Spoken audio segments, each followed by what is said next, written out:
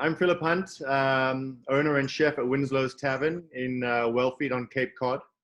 Thank you for having me on this Zoom chat. It's the first time I've done it, so hopefully I won't mess up too badly. You won't mess up, I promise you. Tell me. So, Chania, what was it specifically you wanted to discuss? Okay. You're living in the most exquisite place, Cape Cod, and we would just love to know about the seafood that you have available there.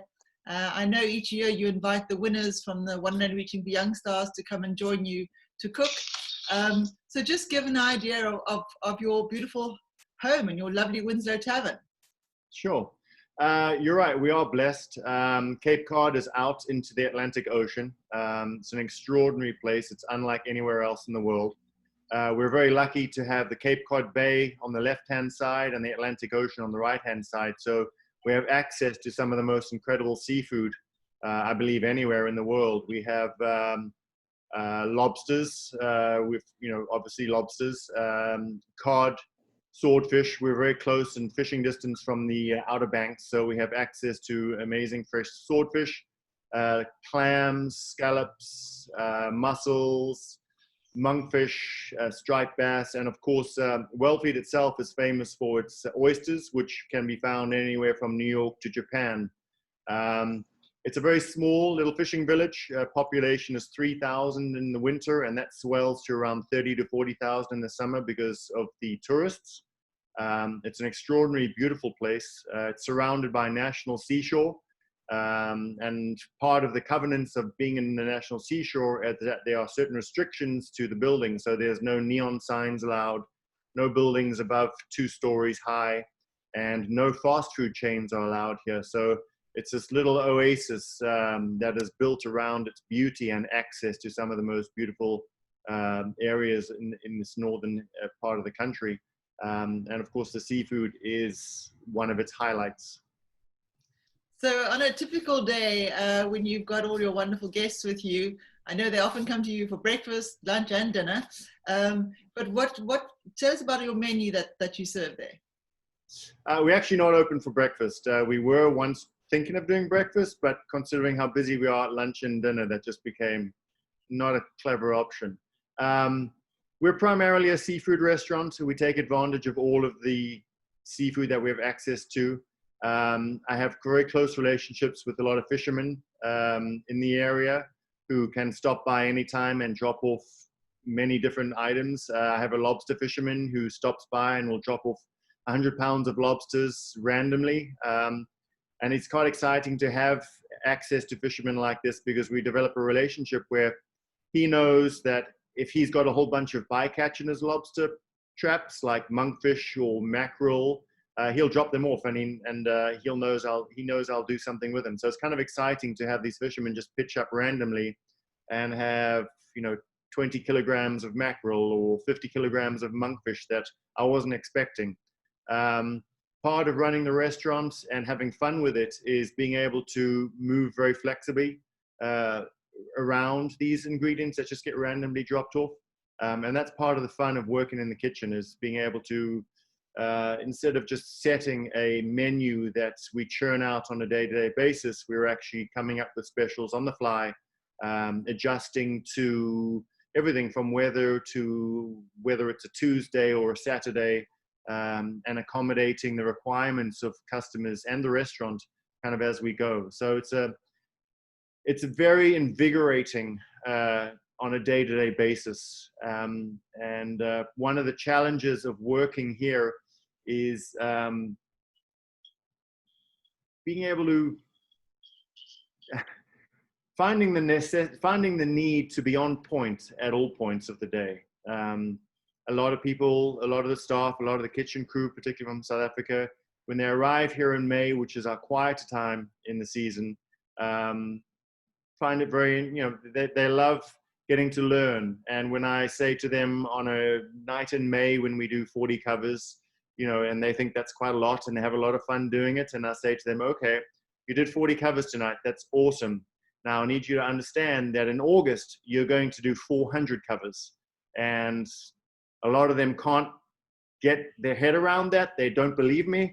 And then we slowly build. And as we get through June, we're now doing 100 covers a night. And then July is 200-300 covers a night. And by the time August comes, they're doing 400 covers a night, and they can't believe it. And they're having an amazing time doing it. So it's quite an exhilarating season that starts and then builds in such a way. And they're all able to keep up because it transitions really smoothly.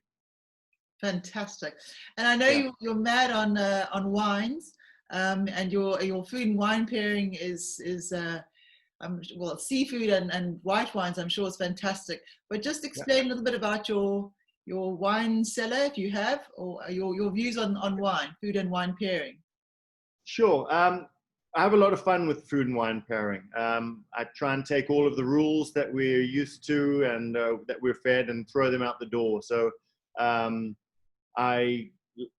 for obvious reasons, my wine list is predominantly South African wines. I love being able to support the variety that South Africa has to offer. And to that end, we try and pair things that people are not expecting. So I actually try and get people to drink a lot of light reds with the seafood that we have, sparkling wines, which go with everything. And then, of course, your classic whites, but a lot of natural wines. We're starting to look at a lot of natural wine producers, both because they're great for the environment, as well as taking very different approaches to making wines. Basically, we have a lot of fun with it. When people are looking for something specific, we try and steer them off to something else that is a better pairing and opens up a customer's mind to the idea that Pinot Grigio and Chardonnay are not the only options.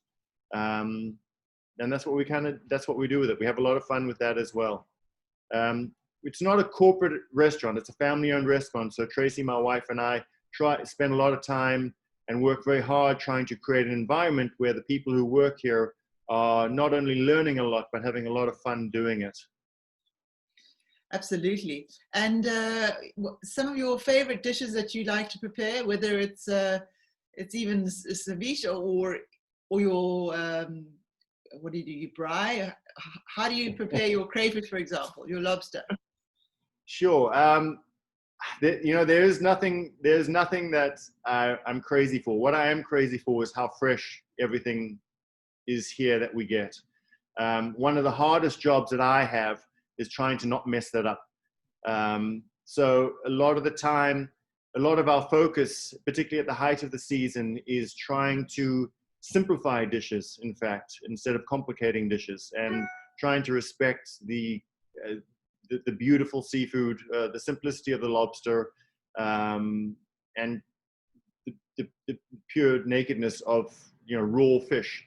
My favorite is, in fact, raw fish crudos, taking the seafood that we have, whether it's mackerel or striped bass, and doing crudos, raw fish adaptions, and then just embellishing them and keeping it as simple as possible to maintain its purity. We do lobsters in so many different ways. We grill them, we broil them, we roast them with tomatoes, all kinds of, we lobster tempura them, whatever we feel like doing, whatever we're having fun with. I spend a lot of the time in the winter when we're closed building up a pantry of flavor bases.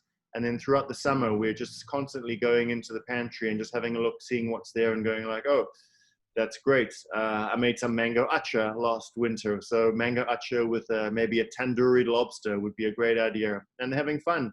And then the fun of it is seeing how much we can play around and how the customers respond to it. And we get a lot of great response, and we're getting known for our variations on themes, because we live in Cape Cod, where the type of restaurants that are around here are classic Cape Cod restaurants, where it's lobster rolls and fried clams and lobster on oysters on the half shell, clams on the half shell. So we take those same seafood applications and then we embellish them in our own way to give them a personal point of view, and it's fun. We get a great response from customers and the staff who work here, seeing things that should be in a certain way based on where we're located and being taken to an entirely different place. Oh, stunning. Absolutely fantastic, Philip. And now just explain, so what are the markets like? What are the vegetables like sort of May to August? What do you find plentiful there? You know, we're lucky that we're so close to Boston. Boston is only an hour and a half away, and New York is 5 hours drive away. So outside Boston, we have a lot of the farms on Western Mass. So we have pretty much access to everything seasonally.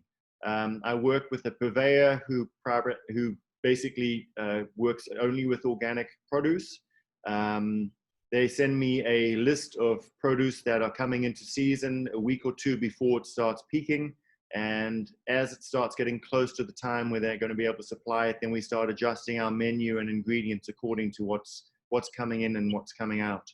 On top of that, we have 3 gardens ourselves where we grow certain ingredients that I'm very fond of, edible flowers, a lot of our herbs we grow ourselves. And in fact, I just built a dozen large planters right outside the kitchen door where we're now currently planting peas for their tendrils, fresh herbs, and edible flowers for garnishes for the salads, which we're having a lot of fun with. So we're lucky in that although it seems pretty remote where we are, we're actually just on the doorstep of a lot of New England's farms and access to those farms out of Boston. Basically, everything is coming in fresh and comes in on a daily basis, and we just address it as it comes in. Amazing, fantastic. So now to top it off, once you've done all this delicious fish as your main course, what sort of desserts are you very fond of? Or you're not a dessert man, but I'm sure your guests are. I'm not a dessert man. I'm not a fan of desserts at all. What I do like is very simple desserts. I like fruit-based desserts, something very fresh and crisp. I don't like the idea of ending a meal on something heavy like or dense desserts. So we do very simple things like a lemon tarts. Am I still there? Yes, you are. I'm looking to see who's. I just need to mute somebody. Okay. Carry on. We a lot of seasonal things. So right now we're doing a lot of things with summer berries, berry tarts, pavlova, very simple desserts like that. A lemon tart we're doing right now, and a crumble with all fresh berries. As we start heading into fall, we'll start taking advantage of pears and apples, and again doing tarts, cobblers, takes on cobblers, and just having fun with those. A lot of the desserts we're doing right now are very sort of, I call them shotgun desserts. We kind of get a whole bunch of really nice berries in, so we'll make just something very simple until it runs out. And then when it runs out, we'll move on to something else. With COVID and the restrictions we have on the seating, it's actually turned out to be kind of a lot of fun, because in the past, I've had a very good idea of what we're going to be doing from one week to the next. So I'm able to engineer the menu to cater to that. Right now, we don't really know what's happening from one day to the next. So we were able to go, we only got 20 punnets of these amazing blackberries. Let's just do 15 desserts, and that's it. And then when something else comes along, we look for something else to take its place. So although it's a lot more stressful because we don't have a plan from one day to the next, it's actually been a lot of fun because we've been able to riff on different things and play around with different things and actually take advantage of the disruption that COVID has created to have a lot more fun with it and to be able to offer the customers something fresh on a day-to-day basis. And I'm sure going forward, that might be a better way because people are very understanding of the fact that you have these wonderful fresh ingredients available, and if it runs out, it runs out. That's what it is. First come, first serve. Absolutely. And it's actually it was very frustrating in May because I'd put orders in with my meat purveyor or my fish purveyor, and then the next day I'd get a text, sorry, this didn't come in. Sorry, that didn't come in. And to the point where every single order I was putting in, something would not come in. And it was very frustrating. And then at a certain point, I was like, okay, this is the way that it's going to be. So this didn't come in, that did come in, let's change it. So we'd be changing things on a day-to-day basis. And what was very infuriating to me to begin with, because I'm used to getting exactly what I want when I order it, suddenly became a new way of looking at the menu and having fun with it, and saying, all right, so we can't do that. Now let's try and do something better. So those restrictions and the changing of the parameters has actually has forced us to come up with great and interesting ways to find solutions. And that, I think, has shown its way into the menu, mainly because we have fun. If chefs are in the kitchen and they're having fun, it's amazing what a difference it makes in the type of food that is being sent out to customers. I'm just so thrilled. We just came out of lockdown. Well, not quite out of lockdown yet, but alcohol sales have started, so the restaurants are being able to offer wine and everything else. But it's been quite dismal. Have you had the opportunity of selling wine all the time? We have, yeah.